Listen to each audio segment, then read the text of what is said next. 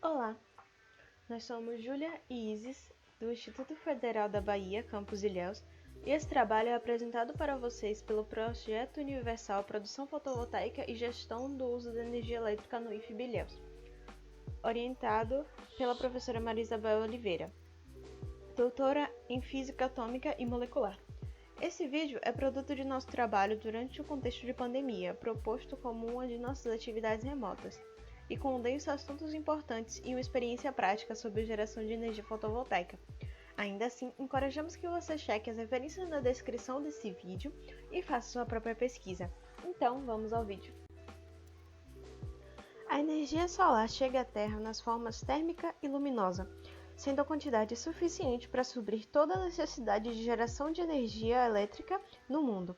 A geração que abordaremos é a partir do efeito fotovoltaico, e para isso vamos produzir uma célula fotovoltaica caseira.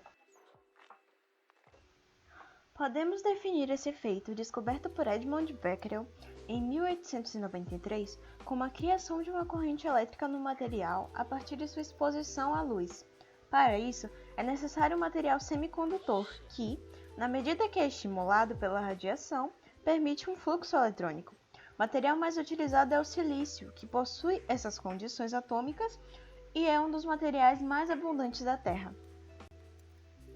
Com 4 elétrons na camada de valência, os átomos de silício se unem formando uma rede. Contudo, por si só, o silício não é um bom condutor. Por isso, acrescentam-se impurezas a ele, como átomos de fósforo, que possuem 5 elétrons. 4 deles vão se ligar em ligações covalentes, enquanto um outro não vai.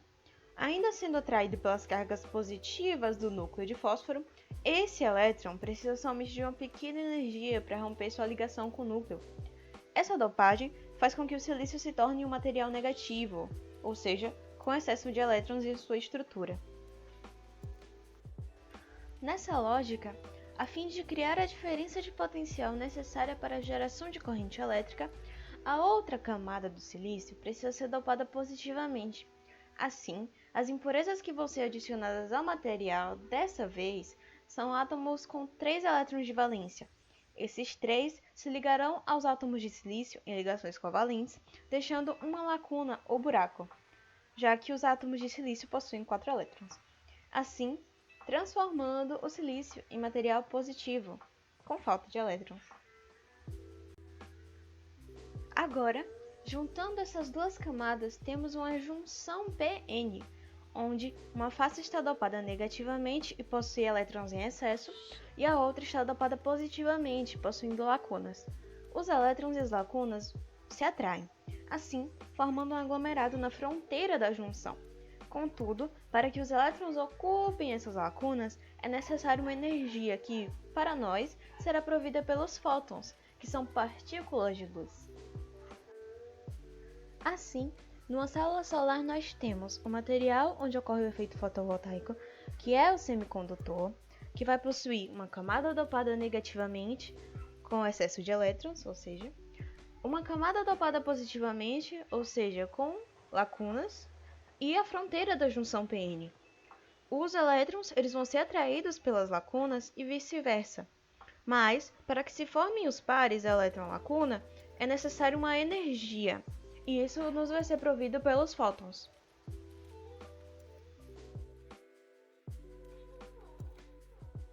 Os materiais são um pedaço de papelão, pelo menos 5x5, 6 LEDs de alto brilho transparentes, um capacitor, 22 fios de cobre, o ferro de solda, o estanho e o multímetro. Pronto. Então, nós vamos fazer os furos do LED. Vamos fazer uma fileira aqui de 3 LEDs.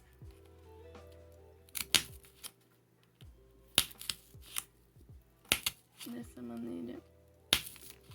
E repetir o processo desse lado. E mais esses 2 furos, espaços, para o capacitor.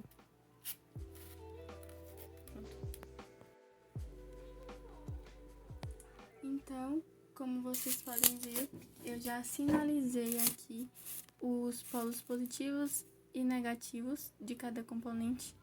Então, para inserir o LED, nós vamos ver a perna, nós vamos ver a perna maior, que é a perna positiva, enquanto a perna menor é a negativa. Então, nós vamos inserir dessa maneira.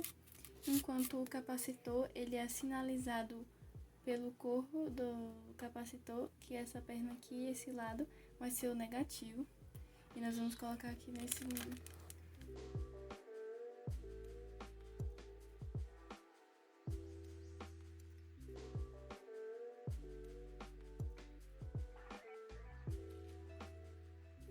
Então, com todos os componentes inseridos, vai ficar dessa maneira.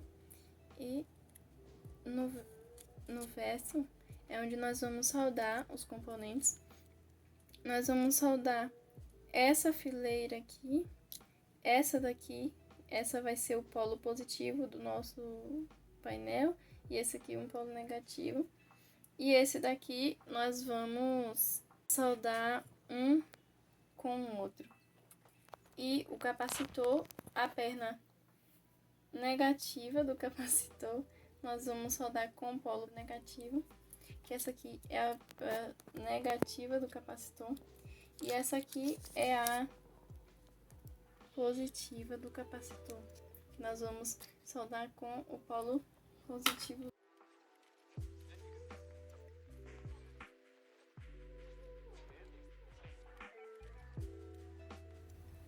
Então aqui já está quase tudo pronto, como vocês podem ver, esses aqui estão conectados, a outra extremidade conectada e os do meio conectado entre si, o positivo de cá com o negativo de cá. Agora, para terminar, vamos cortar o excesso desse daqui e preparar para a solda.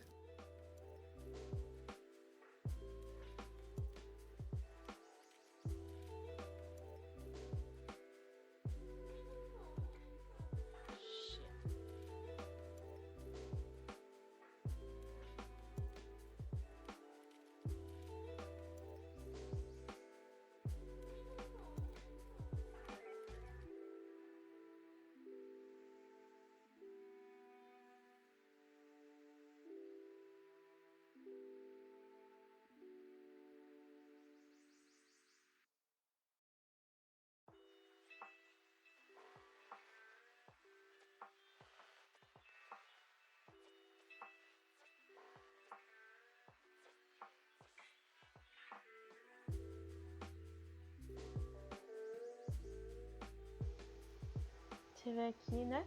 Esse já é o circuito com capacitor, agora nós estamos testando lá fora. Aqui na sombra, né? Aqui é o circuito, já tá dando 395 milivolts na sombra. Aí a gente expõe os LEDs à luz e ele começa a subir. O capacitor, ele já tá carregando. Você vê que isso aí, essa parte do vídeo é acelerada e na verdade ele está subindo bem gradualmente. O capacitor ele está ajudando realmente a controlar essa corrente. Aí eu fiquei até dar 1 volt.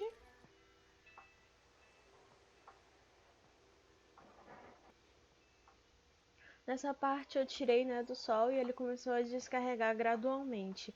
E é para isso mesmo que o capacitor ele vai servir pra gente.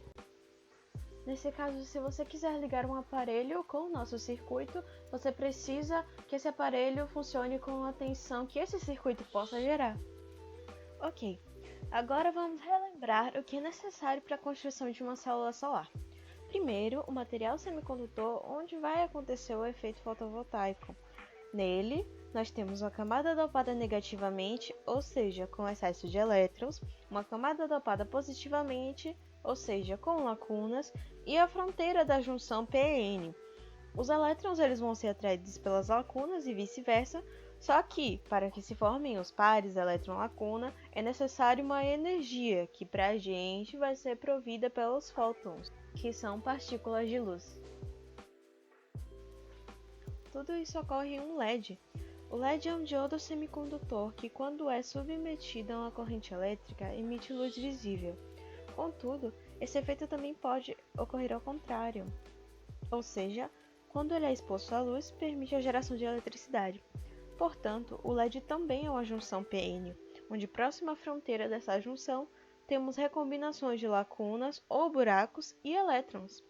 Portanto, o efeito fotovoltaico ocorre nos LEDs quando a luz fornece a energia necessária para que os elétrons ocupem os buracos e que possam fluir pelos terminais dos LEDs, também chamados de anode para o terminal positivo e catóde para o terminal negativo.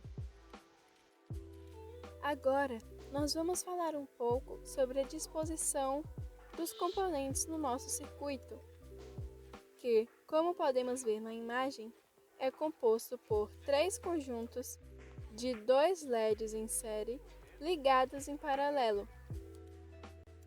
Agora, partindo para a disposição das ligações, temos os LEDs em série, que possuem a mesma corrente e somam suas tensões e suas potências. Logo, eles servem para aumentar a potência e a tensão, ou também conhecida como DDP ou voltagem. Já os LEDs em paralelo possuem a mesma tensão e somam as suas potências e suas diferentes correntes, aumentando a potência e a corrente do circuito. Já em relação à potência total do circuito, temos que ela é diretamente proporcional à quantidade de LEDs, pois a potência de cada LED é aproximadamente idêntica, já que a sua estrutura também é igual, gerando em cada LED separadamente uma DDP e uma corrente quase idênticas às dos demais. Portanto, quanto mais LEDs, maior a potência do circuito, uma vez que a potência total do circuito é igual à soma das potências dos LEDs.